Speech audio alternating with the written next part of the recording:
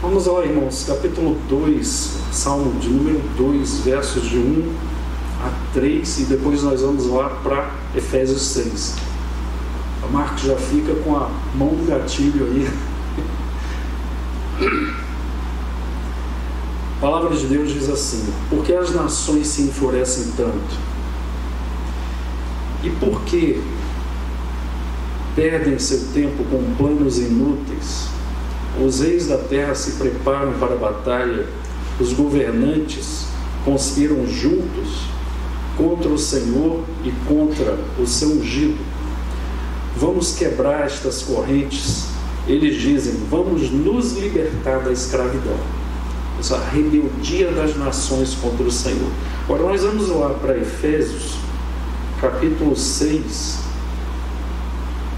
a partir do verso 10. Efésios 6, verso 10.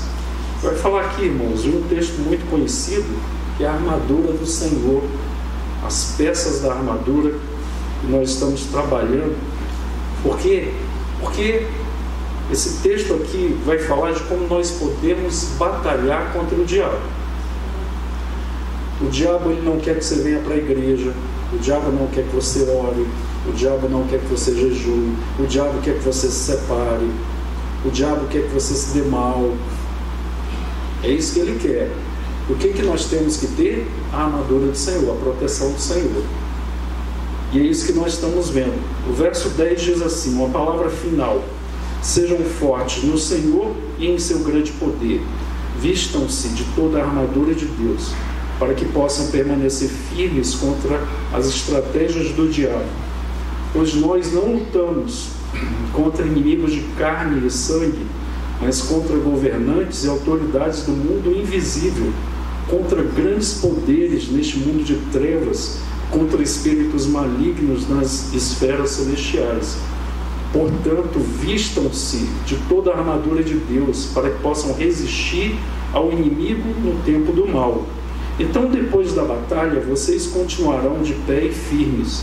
Assim mantenham sua posição, colocando o cinto da verdade, a couraça da justiça. Como calçados, usem a paz das boas novas do Evangelho, para que estejam inteiramente preparados em toda a situação. Levante o escudo da fé para deter as flechas de fogo de Satanás.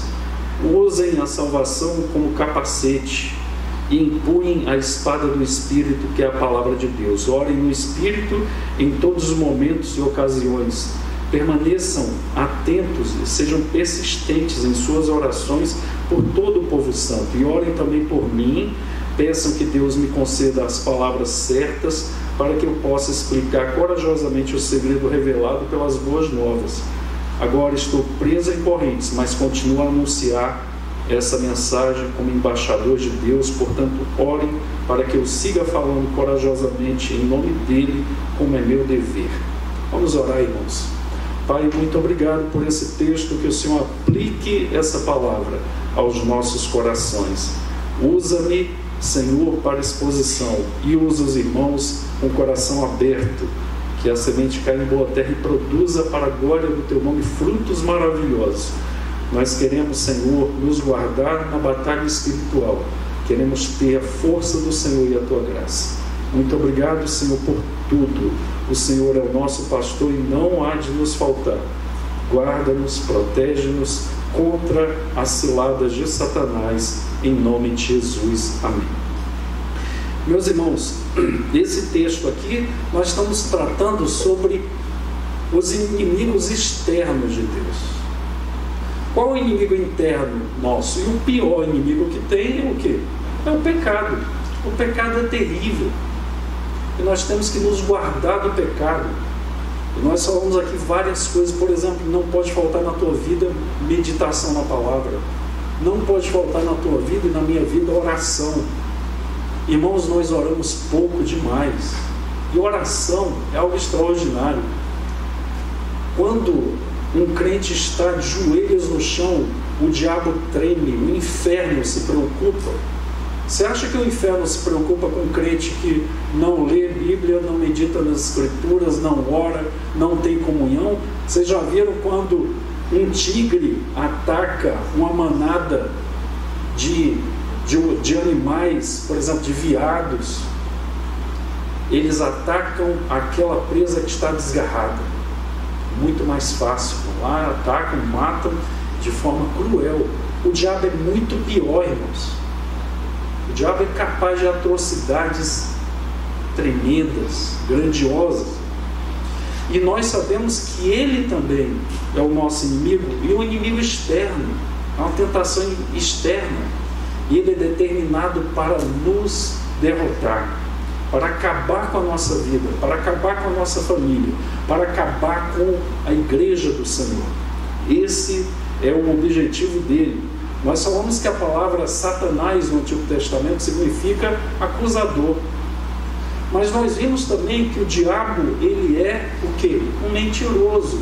João 8,44 diz que o diabo, ele é o pai da mentira. Duas coisas juntas muito ruins, que é o quê? Ele engana, ele mente e depois ele acusa. A mesma pessoa que cai na cilada de Satanás é a mesma pessoa que vai ser acusada por Satanás. E vai acusar. Qual o objetivo de Satanás final? Tirar a nossa dependência de Deus, a nossa identidade. Ele vai chegar ao cúmulo de querer enganar o povo de Deus e tirar a identidade desse povo, que somos filhos de Deus. Isso é uma coisa muito ruim. É uma pessoa que me falou que quando ele era pequeno, um amigo meu de serviço, ele era o filho mais novo, caçula sofre. Também, né? E ele falava que a irmã e o irmão se juntavam e falavam assim: você não é nosso irmão, não. Você não é filho da nossa mãe, não. E ele acreditava nisso. E ele falou que saía dando murro nos dois. Também filho mais novo pode bater em irmão mais velho. Ele ficava possesso de raiva, de tristeza. E ele foi acreditando naquilo. E a mãe dele falou: não é verdade, meu filho. Ele falou: não, é verdade, eu sei que é verdade. O diabo, ele quer tirar a nossa identidade, causar transtorno nas nossas vidas e tirar aquilo que o homem tem de mais especial no universo, que é ter a comunhão com Deus. A comunhão com Deus é algo espetacular. Nós vimos aqui nas músicas do mestre, Ademar de Campos. Não existe nada melhor do que ser amigo de Deus, irmãos. De poder andar com o Senhor, de poder conversar com Jesus, de poder orar, de poder dobrar os nossos joelhos e adorar a Deus, e chorar, e falar, e muitas vezes dizer para o Senhor: Senhor, me dá forças, me dá graça. Senhor, essa batalha está muito grande, eu não vou conseguir. E a força do Senhor vem sobre nós de uma forma muito poderosa, nos dá força para vencermos os nossos inimigos, as nossas batalhas. Pois bem, irmãos, nós falamos aqui que o apóstolo Paulo, ele fala que nós temos que nos revestir do Senhor e da força do seu poder. Falamos aqui semana passada que muitas vezes o diabo nos engana, dizendo que o nosso inimigo é o nosso cônjuge, dizendo que o nosso inimigo é o chefe do serviço, dizendo que o nosso inimigo é o nosso filho, e o filho, que o inimigo é o pai, a mãe, o vizinho. Mas, irmãos, a Bíblia diz que o nosso inimigo é o diabo e os seus anjos, potestades, hostes infernais, o príncipe da potestade do ar. Efésios vai falando dessa batalha. E ele fala, meus irmãos, que nós temos que ser imitadores. No capítulo 5 começa: do Senhor em amor. E fala a primeira coisa sobre o perdão. E qual a medida do perdão que eu tenho que ter? A medida do perdão de Cristo. Assim como Cristo vos perdoou, perdoai vós também. E vai mostrar depois disso que nós passamos das trevas para a luz. Por exemplo, quem mentia não minta mais. Por quê? Porque o pai da mentira é Satanás. Quem roubava, não roube mais, antes trabalhe com as próprias mãos para ter o sustento e ainda para repartir com outro irmão. E Paulo vai mostrando agora a diferença do reino da luz e do reino das trevas. E no capítulo 5, ele vai falando uma coisa que nós falamos aqui semana passada, importantíssima, porque ele fala: não vos embriagueis com o vinho no qual há dissolução. Ou seja, colocando no linguajar coloquial, não tome pinga. A pessoa fala: eu tomo vinho. Cuidado com o vinho, que o vinho embebeda também. Irmãos, crente é um negócio sério. Você já viu a pessoa falar que o cara gosta de umas? Ele fala assim: não, eu bebo. Mas o crente fala assim: bebo socialmente. Você já viu um pão duro falar que é pão duro? Não, ele vai falar que é econômico, né? E assim por diante.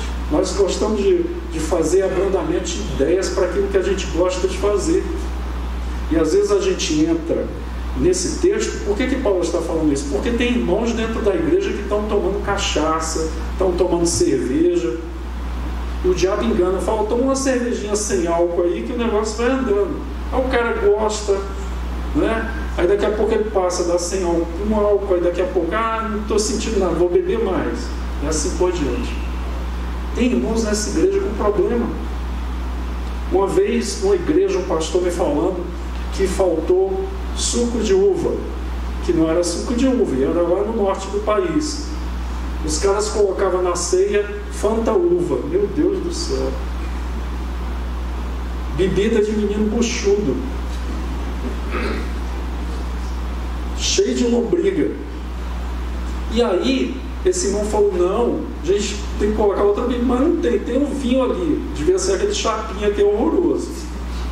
Colocaram lá o vinho. E foi um pastor de fora, que a igreja estava sem pastor, celebrar a ceia. E, irmão, quando o pastor deu o primeiro gole, o pastor falou, deu aquela respirada, né? Como crente panela de pressão. Você já viu o crente panela de pressão, né? E o pastor deu uma respirada e falou, e o pastor teve uma sabedoria muito grande. Ô, irmãos, tomara que não tenha ninguém aqui que teve problema com alcoolismo. Por quê? Porque ele chamou depois os presbíteros da igreja e falou: próxima vez põe o suco de uva que é melhor. Então, os irmãos estavam tendo problema com bebida. E o que acontece? Paulo falou: ao invés de você tomar chapinha, chora Rita, ou o cara que é mais chique, né? O vinho Sauvignon, da uva Sauvignon, eu ouço aquele cara da CBN, né? Todo dia ligo lá, tá passando o cara e a gente vai ouvindo. Não importa. Ao invés de vocês fazerem isso, o que vocês têm que fazer? Se embriaguem com o Espírito Santo. E ele diz que quando nós temos o Espírito Santo em profusão dentro de nós, correndo como águas, cheios do Espírito Santo, nós vamos ter algumas características que ele vai falar no 5,18 aqui, irmãos. São características de uma pessoa cheia do Espírito Santo. Ele vai falar, por exemplo, cantar com salmos, verso 18 e 19 aí, capítulo 5. Hinos e cânticos espirituais, louvando ao Senhor de coração com música, a pessoa que agradece ao Senhor, que louva ao Senhor. E também uma pessoa grata ao Senhor. Uma pessoa cheia do Espírito Santo é uma pessoa que está de bem com o Senhor. Mas fala também no verso 21 que é um segredo para o casamento, que é: sujeitem-se uns aos outros por temor a Cristo. A quarta característica de uma pessoa cheia do Espírito Santo é que ela não tem problema com a autoridade, seja a mulher e seja o homem. Porque às vezes o homem...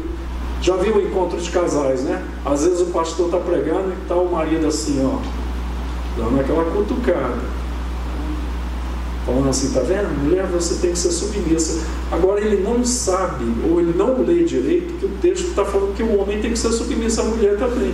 De que forma?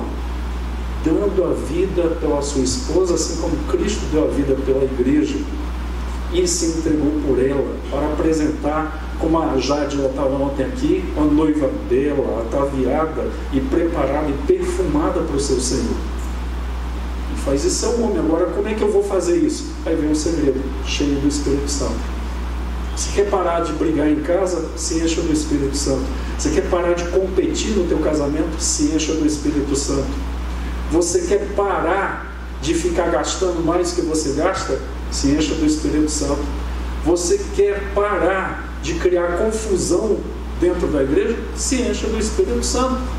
Você quer se submeter a toda a autoridade constituída por Deus? Ah, mas ele não é do meu partido. Quem falou, meu irmão? Capítulo 13, Paulo fala aos romanos que nós temos que nos submeter a toda a autoridade que foi instituída pelo Senhor. Toda a autoridade foi instituída pelo Senhor. Ele está falando do Império Romano. Não é coisa boa. Aqueles Césares comiam tanto que eles vomitavam para comer de novo. Parecia que eles estavam grávidos. Já viu mulher grávida? Vomita e volta para a mesa de novo para continuar a refeição. Pelo menos eu vi isso em casa. Se sujeitar uma a outra é coisa de quem? De pessoa cheia do Espírito Santo.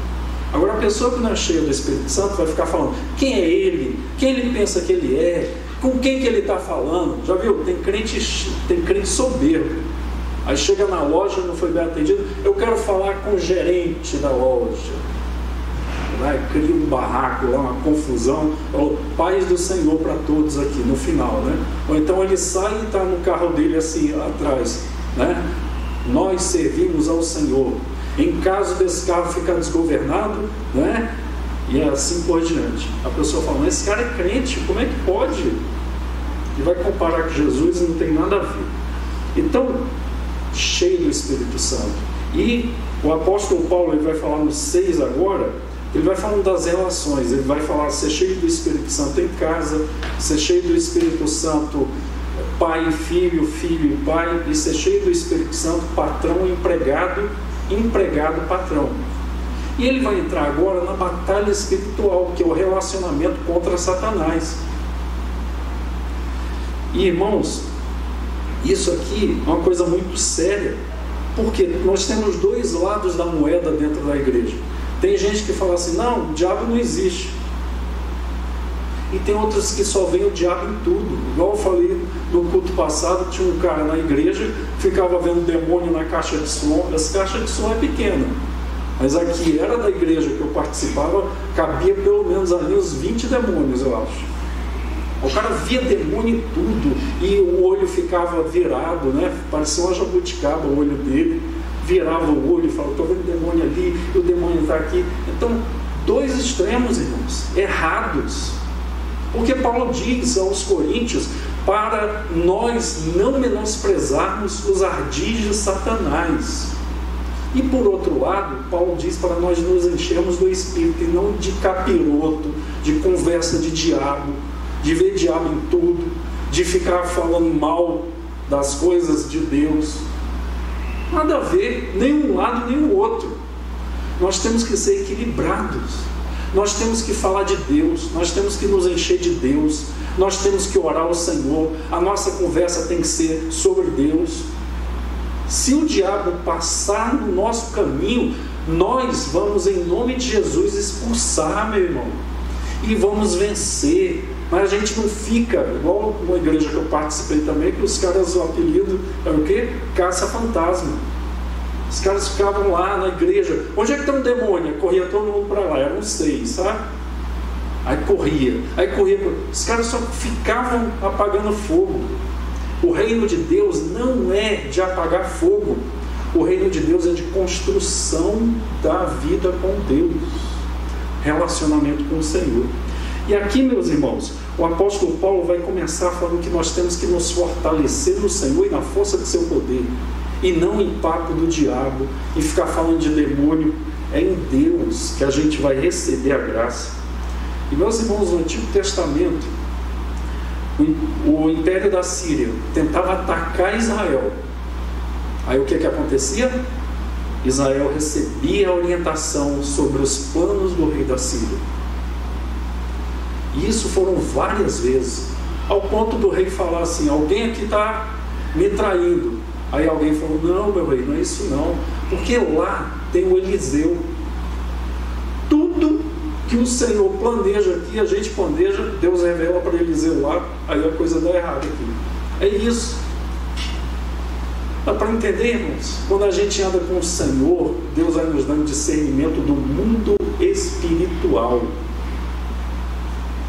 Deus vai nos mostrando com a visão dele, visão do Senhor sobre o mundo espiritual. E aqui Paulo vai trazer agora a armadura de Deus. Irmãos, eu sei que tem irmãos que já se vestiram, né?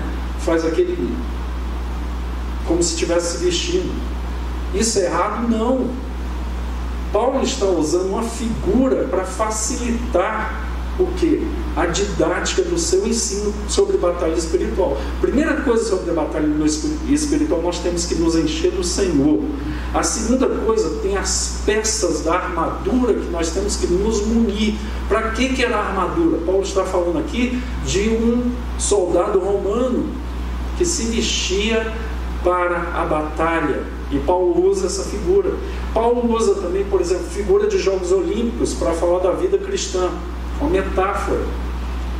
E ele chega a dizer uma das coisas belas que Paulo fala nos seus escritos. Ele fala que esmurra o seu corpo e o reduz à escravidão, para que Cristo seja formado nele e para que ele não venha envergonhar o Evangelho. E Paulo vai dizer aqui, irmãos, como nós podemos vencer o diabo. E é sobre isso que eu quero falar hoje. Eu só vou falar de uma coisa hoje. O assunto é vasto. E Paulo diz aqui sobre essa armadura, ele diz no verso 11: vistam-se de toda a armadura. Aqui é semelhante ao fruto do Espírito. Por exemplo, em relação aos dons, não tem uma pessoa na igreja que tenha todos os dons. Nós temos listas de dons no Novo Testamento, por exemplo, 2 no livro de Corinto, 1 aos Coríntios. Nós temos uma lista também aos Efésios, e nós temos também uma lista aos Romanos, e nós temos outra lista lá na frente, que é uma listinha, que é lá em Pedro, capítulo 4, 1 Pedro 4, 10 e 11. Mas eu não acredito que o Novo Testamento tem essas listas exaustivas. Eu imagino que são necessidades dessas igrejas que Paulo está escrevendo, falando sobre dons. Porque o dom, irmão, é para servir na igreja, não é para criar confusão, não é para criar divisão. O irmão que tem um dom com o outro, disputando quem é mais importante, não é nada disso. Porque Paulo fala no capítulo 13, finalzinho do 12, início do 13, aos Coríntios: passo-vos a mostrar um caminho sobremodo elevado e mais importante. Aí ele vai falar sobre o amor. O amor é a base para o uso dos dons. Dons são capacitações sobrenaturais dadas por Deus para o serviço na igreja, para a edificação. Por exemplo, no capítulo 12 de 1 aos Coríntios, Paulo fala o quê? Diversas vezes sobre o dom de profecia e de línguas. E ele vai falar para a edificação do corpo. Por exemplo, se tem alguém que fala em línguas e não traduz, que se cale, porque o corpo não vai entender. Se eu chegasse aqui e pregasse em russo, tem alguém que fala russo aí? Ninguém. Já imaginou? Mas isso era normal na igreja vigente, quando, por exemplo, a missa era pregada em latim, e às vezes nem o padre sabia o latim. Então ninguém entendia nada. O que foi edificante? Não. Entendeu alguma coisa? Não. Então eu não aprendi nada. Paulo fala edificação do corpo, o ensino do corpo, a graça para o corpo. E aqui Paulo vai falar a mesma coisa que ele fala do fruto do Espírito. Irmãos, e não são frutos, é fruto do Espírito. Como se fosse, por exemplo, eu gosto muito de laranja. Uma laranja com 9 gomos. O gomo do amor, o gomo da alegria, o gomo da paz, o gomo da longanimidade, o gomo da benignidade, o gomo da bondade, o gomo da mansidão, da fidelidade e do domínio próprio. E ele diz que nós temos que ter o fruto do Espírito. Quem é cheio do Espírito Santo manifesta amor. Quem é cheio do Espírito Santo manifesta paz. Quem é cheio do Espírito Santo manifesta alegria. Quem é cheio do Espírito Santo manifesta longanimidade, paciência. Quem é cheio do Espírito Santo manifesta bondade, tem um coração bom, irmão, não fica maquinando. Eu vou fazer assim, eu vou dar um corte no irmão, eu vou fazer desse jeito, o irmão vai ver. Aí o irmão fez uma brincadeira, ele falou, na esquina eu te pego, lá dentro dele, e lá fora então tá aparecendo. Quem é cheio do Espírito Santo é fiel, irmão. Quem é cheio do Espírito Santo é manso. Características todos, e aqui Paulo fala, todas as armaduras, todas as peças da armadura nós temos que ter. Todas elas. Começa falando aqui, dizendo, vistam-se de toda a armadura de Deus para que possam permanecer. Esse nome é lindo, né? Fala aí. Dependendo da sua região, é permanecer. Permanecer firmes contra o quê? As estratégias do diabo, que a palavra astúcia significa exatamente estratégias que o diabo monta. Você sabia que o diabo, você é do Senhor, ele monta estratégias para detonar a tua vida? Ai meu Deus do céu, agora eu vou fazer o sinal da cruz aqui.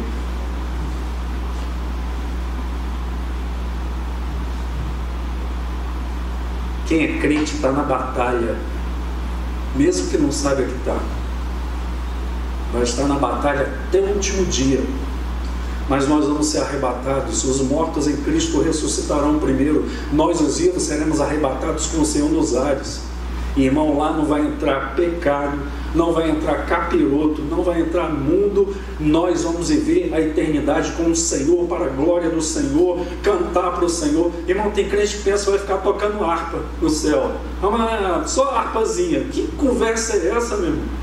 Lá a gente vai trabalhar, vai ser um reino de glória. O trabalho não vai cansar. A gente vai ficar dando glória a Deus, não vai ter noite nessa cidade, porque o rosto do Senhor vai brilhar sobre nós. Não vai ter nuvem de tribulação, não existe isso, irmão. Não vai ter partido político lá, só vai ter um rei, o rei dos reis, o Senhor dos senhores.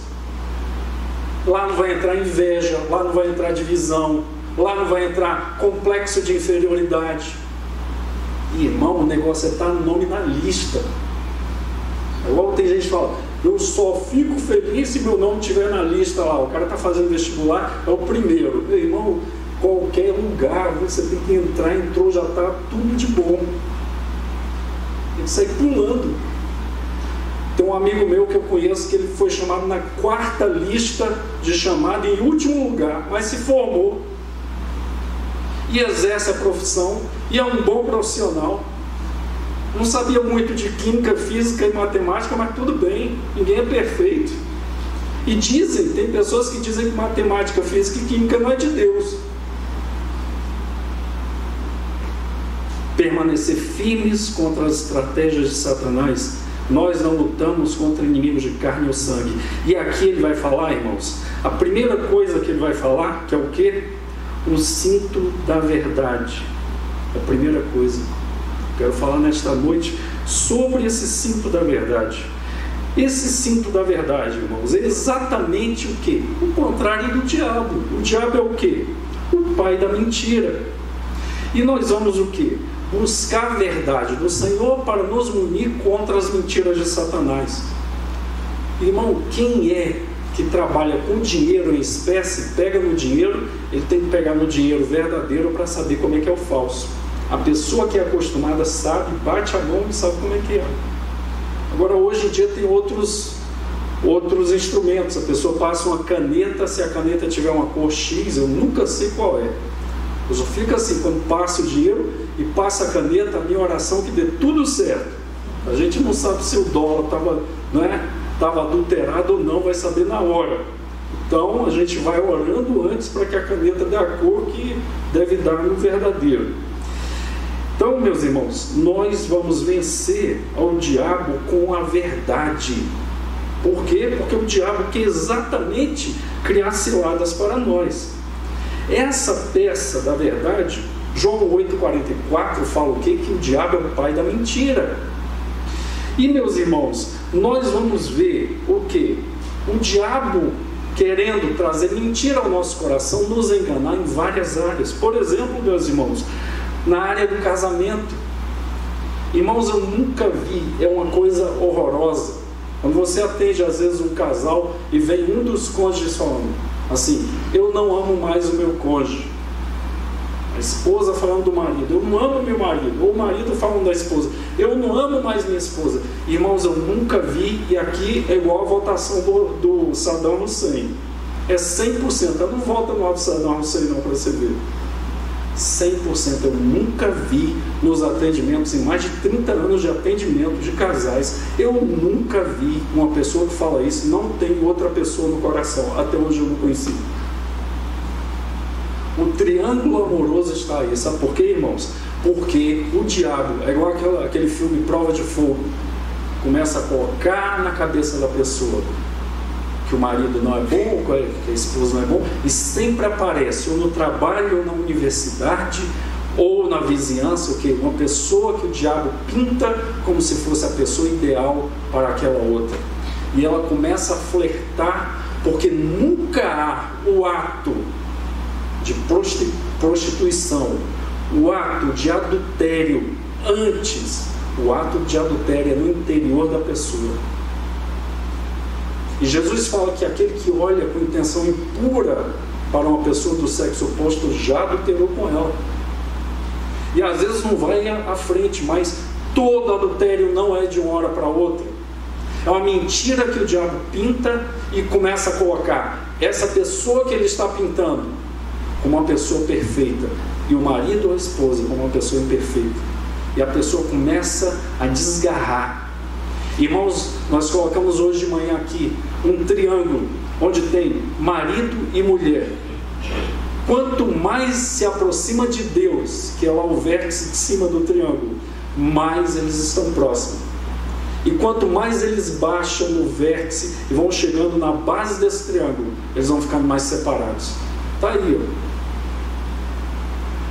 O primeiro triângulo mostra o quê? Quanto mais eles estiverem afastados de Deus, eles estão longe um do outro.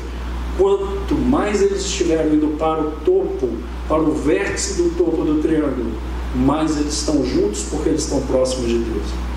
Irmão, todo problema na relação do casamento, do matrimônio, começa com um problema de quê?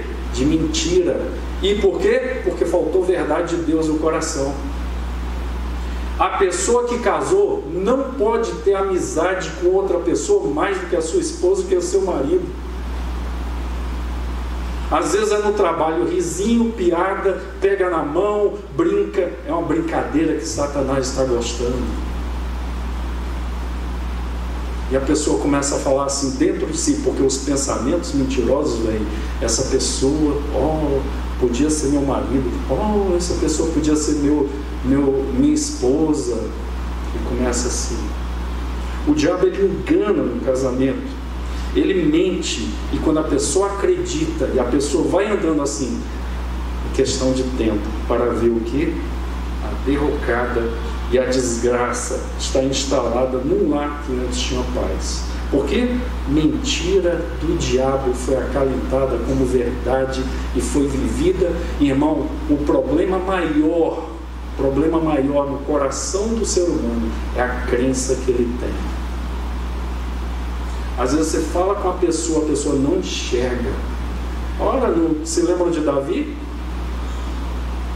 Davi, um homem segundo o coração de Deus, foi hipnotizado pelo pecado, pelo diabo. O que ele fez? Ele começou a fazer coisas terríveis, ao ponto dele matar uma pessoa, tomar posse da esposa dessa pessoa. Irmãos, nessa noite eu estou aqui falando em nome de Jesus para vocês. Cuidado com o seu lar. Cuidado com o que entra no seu coração. Cuidado com as amizades no serviço. Cuidado com as amizades na universidade.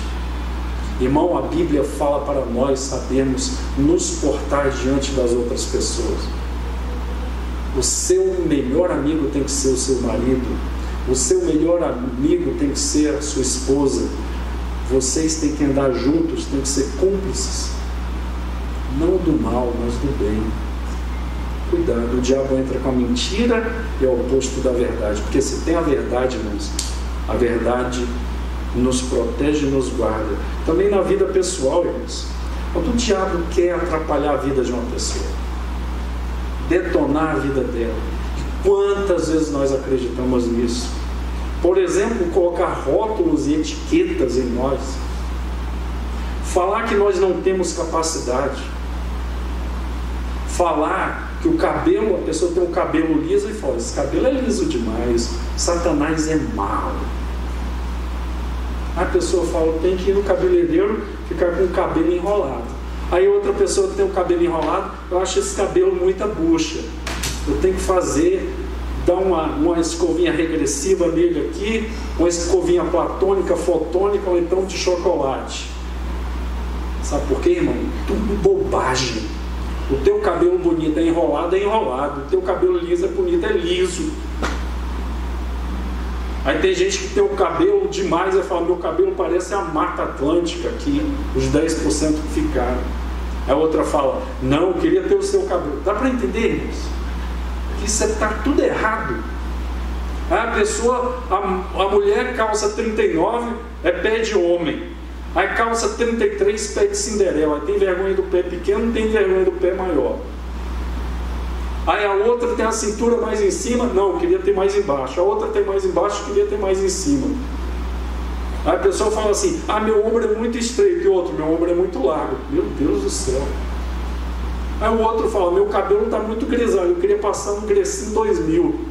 Aí o outro fala, eu gosto de cabelo grisalho, senhor, meu cabelo é muito preto. Aí o outro fala, eu sou careca, Deus não me ama. Que bobagem, irmãos. Aí tem um filho, porque o filho não plantou bananeira, não fez não sei o quê, porque o filho é mais quietinho e o outro é mais agitado. E o do quietinho fala, nossa, meu filho não é normal, eu acho que eu vou ter que ir lá levar no psicólogo. Aí o outro é agitado, fala, vai tomar Ritalina, que é agitado demais. Irmão, Deus nos fez, Deus nos criou, apesar de nós sermos cheios de pecados, cheios de imperfeições, Deus vai ser glorificado em você do jeito que você é. Se é baixinho, vai ser baixinho, Deus vai te encher do Espírito Santo. Se é alto, cheio do Espírito Santo. Se é mulher, cheia do Espírito Santo. Cabelo, sem cabelo, com óculos, sem óculos, Deus vai te usar do jeito que você é. Ainda bem que eu vi uns amém aí. Tem gente que está assim, será? O diabo engana a gente. Aí vai, tem que escolher a profissão tal. Aí se escolhe a profissão tal, eu não gostei, eu não sei o que. Aí se é tímido, eu gostaria de ser falador. Aí se é falador, quer ser tímido. Irmão, isso está tudo errado.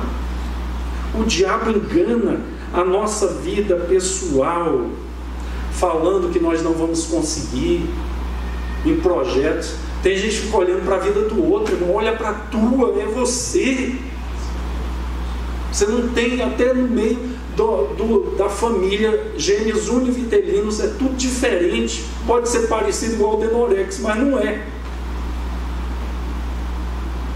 Aí vai para o casamento, a pessoa fala, não tem jeito de falar, o outro, eu falo demais, e você nunca está satisfeito. Glorifica a Deus, dá glória a Deus por você, dá glória a Deus pelo que Deus tem feito na tua vida. Agradeça, glorifique o Senhor. Aí numa família, irmãos, tem um livro do David Simmons, Cura para os Traumas Emocionais, que ele faz uma analogia muito legal. Ele fala que nós somos espelhados pelos espelhos da alma. É igual um parque de diversão, o cara entra, fica com a cabeça grande, eu não vou ter esse problema. Aí vai o outro, aí fica baixinho, o cara que é grande, o outro fica grande demais, a outra perna fina, a perna grossa. É um festival de feiura aquele negócio. Mas ele fala uma coisa muito poderosa. Quem cria os espelhos da alma da gente são os pais, principalmente os professores e a escola. Aí você é nordestino e está na escola, cabeça de paraibano, está lá, aí fala permanecer, e fica gente, até o pastor, permanecer. Então, dá para entender, irmãos? E esses espelhos vão formando a gente acredita mais nesses espelhos, que são de pecadores, do que do Deus Todo-Poderoso. Você não tem que forçar barra, você tem que ir na correnteza de Deus.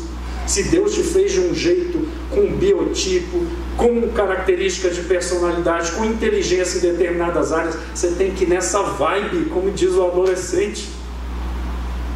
Porque é aí que Deus vai ser glorificado, você vai ficar feliz, porque uma das coisas mais importantes na vida é ser usado por Deus, é glorificar a Deus. Irmãos, a vida é parecida. Eu lembro do exemplo do Edson Queiroz, já afinado, que ele falou que foi uma vez levar o carro no mecânico para arrumar o motor.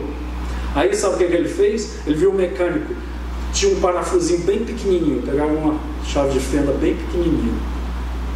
Se colocasse a grande, não entrava, irmão. Não entrava nem na carenagem do motor e nem no parafuso, porque tinha que ser a pequenininha. Aí a grandona, ele viu o mecânico pegando, e tinha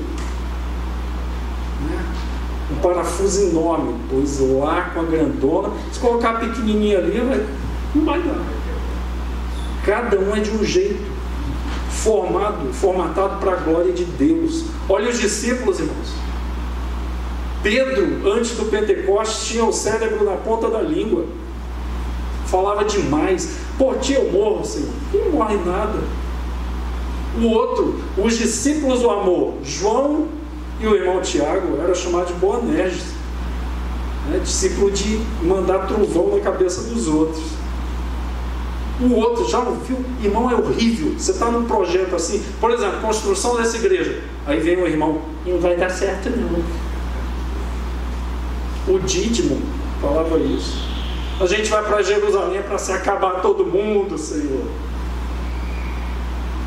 Irmão, tanta gente disputando lugar no colégio apostólico, quem é maior, quem é melhor, tudo abobado. Mas esses homens que Deus chamou, e os homens que fizeram a mudança na história da humanidade, até o Judas, cabra ruim, tem a sua parcela. Irmãos, Deus usou esses homens de forma espetacular. Pedro, que era covarde, que falava bobagem, pregou um sermão e 3.000 vidas se converteram de uma vez. Um sermão tão profundo e poderoso. Foi chamado coluna da igreja. João, um homem cheio do Espírito Santo, depois chamado discípulo do amor. Tiago, que não acreditava no irmão dele, vai lá, sobe para a festa. Depois foi chamado joelhos de camelo, um homem que vivia de joelhos, adorando o Senhor, orando pela igreja. Tinha calos no joelho, sangue no joelho. Irmãos, depois de um tal de Barnabé, que homem espetacular esse Barnabé. Se Barnabé não fosse, Paulo não seria. Todo mundo com medo de Paulo, ele que apresenta Paulo para o colégio apostólico. Esse cara é rocha, esse cara se converteu, ele está fazendo uma obra espetacular. Receberam Paulo por causa de Barnabé. Barnabé chega na igreja mais espetacular do Novo Testamento, de Antioquia da Síria, e olha lá, nossa, essa igreja tem um pastor para essa igreja, foi atrás de Paulo. Paulo estava 3 anos no ministério de quê? Na teologia dele, que ele fala para os Gálatas: mesmo que venha um anjo dos céus, ou nós que pregamos o evangelho que vai além desse, seja anátema, seja miserável, seja excluído. E ele cita no 11, no primeiro capítulo, verso 11: eu não aprendi o evangelho de homem nenhum, eu já conversei direto com o Senhor Jesus Cristo. As pessoas querem dizer, ele não é apóstolo. Como, meu irmão? Faz um seminário de 3 anos aos pés de Jesus, conversa com o Senhor, pergunta, tira dúvida, ai, ai, ai. Pois são esses homens que Deus usa poderosamente. Irmão, seja o que você é, tenha o tamanho que você tem, cor de cabelo, até a barba dálmata, parece os dálmatas, cabeça grande, cabeça pequena, tamanho pequeno, grande, forte, fraquético e tal. Deus te usa do jeito que você é. Calvino era um homem doente, O homem tinha problema de saúde o tempo todinho, morreu com aproximadamente 54 anos, e o homem fez um estrago na história do cristianismo. David Brenner morreu com 27 anos, foi missionário entre os índios Apalaches. Os diários dele abençoam até hoje a história da igreja. Muitos missionários leem aquele diário e são fortalecidos no campo missionário. Irmãos, onde é que estão os maiores tesouros da humanidade? Estão nos cemitérios. Às vezes Deus te chamou para escrever um livro e você não escreve. Às vezes Deus chamou você para fazer uma obra e você fala: isso é coisa da minha cabeça, eu acho que eu tomei um chazinho aí que não está muito bem, de quebra-pedra, acho que eu estou... Às vezes é Deus te falando: escreve, faz, vai lá, faz alguma coisa. Deus tem um projeto na tua vida que só você vai fazer, ninguém vai fazer mais. Às vezes é com criança, às vezes é com adolescentes, às vezes é com senhores, com mulheres, com homens. Tem uma mulher na história dos Estados Unidos, uma mulher negra, uma mulher cheia do Espírito Santo, que ela pegou todas as economias dela e ela juntava e comprava escravos. Tem outra mulher que levou uma vida simples, já aposentada, depois que morreu, deixou milhões de dólares para uma das universidades mais conhecidas dos Estados Unidos. A mulher andava com roupa simples, não trocava de roupa, tinha sapato simples, morava numa casa muito simples. Ela guardava tudo e doou tudo para uma universidade, milhões e milhões de dólares. Aquela mulher era riquíssima e ninguém sabia, porque quem é não precisa ficar mostrando para os outros. Irmãos, e o apóstolo Pedro? Irmãos, Pedro, ele é o 880. Irmãos, Pedro chega diante de Jesus e fala, Jesus falando assim, não é? Eu vou precisar morrer e tal. E Pedro fala: e vocês vão me abandonar? Fala: pode, essa gentalha aqui pode te abandonar, o Tiago pode te abandonar, o João, mas eu sou capaz de morrer pelo Senhor. Pois Jesus falou: antes que o galo cante, tu vai me negar 3 vezes. E ele foi empolado. O que aconteceu, irmãos? Entrou na casa do sumo sacerdote, aí estava lá, e eu andando de longe. O texto, a literatura do texto está mostrando o quê? Que ele está, mas ele quer ver, ele é esperto. Aí está saindo, uma criada fala: tu és um deles. Eu não. Aí vai mais à frente: tu és um deles. Eu não. Eu falo: você é um deles. Terceiro, porque o jeito de você falar te denuncia. Irmão, crente tem evangeliquez. Pedro falou: está amarrado. Aí você é um deles. Estou no estreito. Está vendo? A coisa está difícil, irmão. Linguajar de crente, evangeliquez. Aí falou: você é um deles. E ele pragueja e jura: eu não conheço tal homem. E diz em Lucas o quê? Que os olhos do Senhor se cruzaram com o de Pedro. Naquele momento, mais ou menos assim: eu não te falei? E o que é que diz lá? Ele sai para chorar amargamente. Agora detalhe: quando Jesus ressuscita, lá no capítulo 16, verso 7 do Evangelho de Marcos, diz assim, falando para as mulheres ali: diga para os discípulos, que é o anjo falando, que Jesus ressuscitou, e ele vai para Galileia e para Pedro também. Porque Jesus sabia que Pedro estava detonado. Você acha que Pedro queria ser pastor, meu irmão? Eu não. Vai dar tudo errado, a igreja não vai dar certo, eu vou me fechar aqui a porta com os discípulos, porque os judeus estão querendo comer o fígado da gente. Não sei se você era assim, mas na Paraíba tinha um tal de papa-figo. Comer o fígado. Tem gente da Bahia rindo, que eu acho que deve ser a mesma coisa.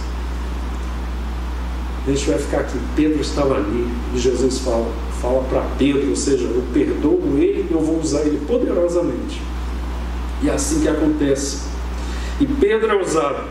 Irmãos, e outra parte, nós somos igualzinho a Pedro. Jesus chega assim e fala: quem os homens dizem que eu sou? Porque falar o que os outros dizem é muito bom, hein? Dizem que o Senhor é Jeremias, Dizem que o Senhor é João Batista, que ressuscitou dentre os mortos. E estão falando aí que o Senhor também é um dos discípulos, um dos profetas. Aí Jesus falou: e vocês? O que vocês dizem de mim? E Pedro diz o quê? Tu és o Cristo, Filho do Deus vivo. Sabe por quê, irmão? Porque diz na Bíblia: não foi carne nem sangue que tu revelaram, mas foi meu Pai que está nos céus. Porque a verdade de Deus revela a glória de Deus, o plano de Deus, a orientação de Deus. Nesta noite, Deus está falando para você: eu estou com saudade de você. Eu quero conversar com você. E tem umas coisas assim, que os irmãos falam, né? Que de madrugada a fila é menor. Isso é uma baita de uma heresia. Em fila, Deus não é aquele não é o Jim Carrey, o Todo-Poderoso, falar, todo mundo fazendo oração ao mesmo tempo, eu vou ficar doido. Deus por um dia. Não existe isso, irmão. Mas que tem uma coisa de madrugada que é boa, no silêncio, não tem um celular tocando. Às vezes tem irmão, eu não sei se esses irmãos dormem, mandam mensagem 4 da manhã, 3 da manhã, 2 da manhã. Eu falei, meu Deus do céu, aí tem que orar pelo irmão, para o irmão dormir. Agora eu não sei que hora vai acordar também. Pedro fala: tu és o Cristo, o Filho do Deus vivo, porque a verdade de Deus vem sobre ele. Mas, irmão, não passa 2 versículos. Ele tira um 10 com todo o louvor da academia dos apóstolos e de Jesus Cristo. Aí chega no próximo, Jesus começa a falar: olha, eu tenho que morrer. Lá em Jerusalém, os judeus vão me matar, e vai ser por mão de gentios, são os romanos. Vão caçoar de mim, vão me bater, vão cuspir em mim e tal. O que Pedro fala? Não te molestes, mestre. E o que Jesus responde para ele? Aparta-te de mim, Satanás, capiroto, coisa ruim. Por quê? Aí vem o quê? Mentira. Porque tu não cogita das coisas de Deus, mas dos homens. Qual é o homem que quer sofrer? Qual homem, se Deus falar assim, meu irmão, tem uma tribulação aí no final do ano para você, opa, que bom, tribulação manda, é assim que você faz?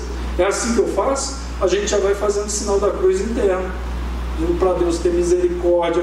Senhor, me livra desse negócio, irmão, e vai vir, porque a Bíblia fala, o apóstolo Paulo lá em 2 Timóteo 3,12, na verdade, todos os que querem viver piedosamente em Cristo Jesus serão perseguidos. Aí tem gente que fala assim, meu Deus. Tem uma amiga minha que falava assim para mim, missionária, né? Elias, eu quando não era crente eu não sofria tanto. A mulher teve até câncer. Não era sofrimento de manhã, de tarde, de noite, então vai para lá, vai para cá. Antes eu ia para matinê, lá no Minas Brasília, né?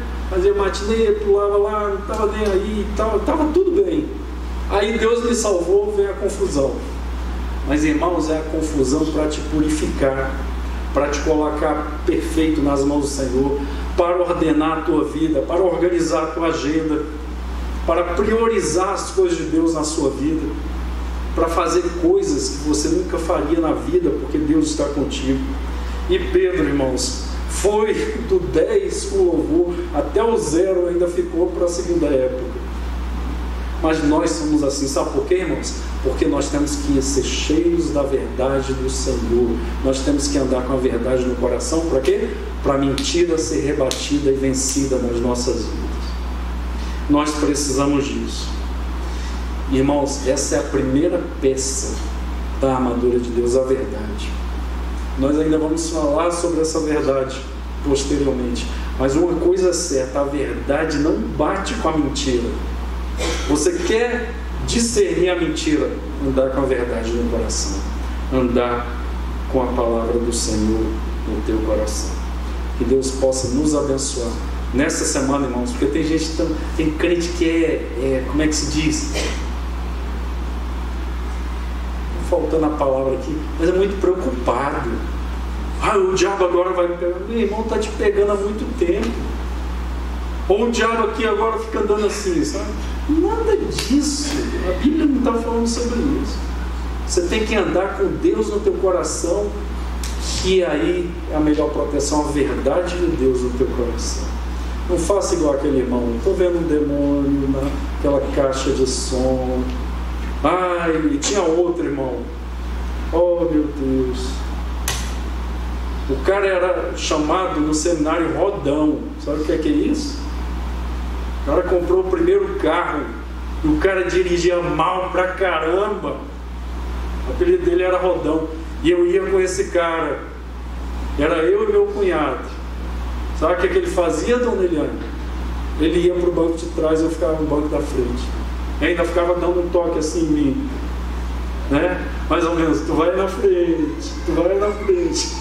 Aí o cara ia andando, ia passando para outra faixa, os carros, zum, zum, ele, o diabo está me perseguindo, o diabo está contra mim. Aí aconteceu, o cara quase entrando na outra faixa, direto, né? Aí não dava seta, vinha o cara, o diabo está furioso contra mim. Aí que um dia meu cunhado falou, ó, fulano, não é o diabo não, você tem que aprender a dirigir melhor. Não é o diabo não, você está andando em cima da faixa. Só faltou falar para ele, Rodão. E eu na frente lá, só Deus sabe como é que eu ficava. E orando na ida e na volta para o seminário. Eu achava bom quando era eu que ia com o carro, né? Eu achava bom. Vamos orar, irmãos. Vamos pedir a Deus que a graça dele nos revista de verdade. Senhor, muito obrigado nesta noite. Teu nome seja glorificado.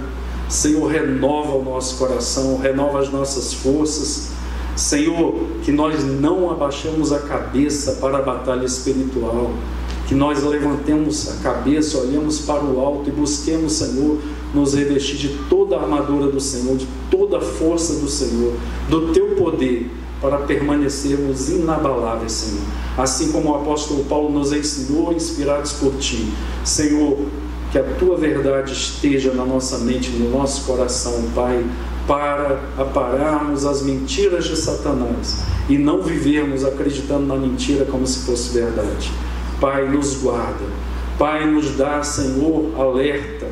Nos dá, Senhor, posição de prontidão nessa batalha que não vai terminar até o dia que o Senhor nos resgatar.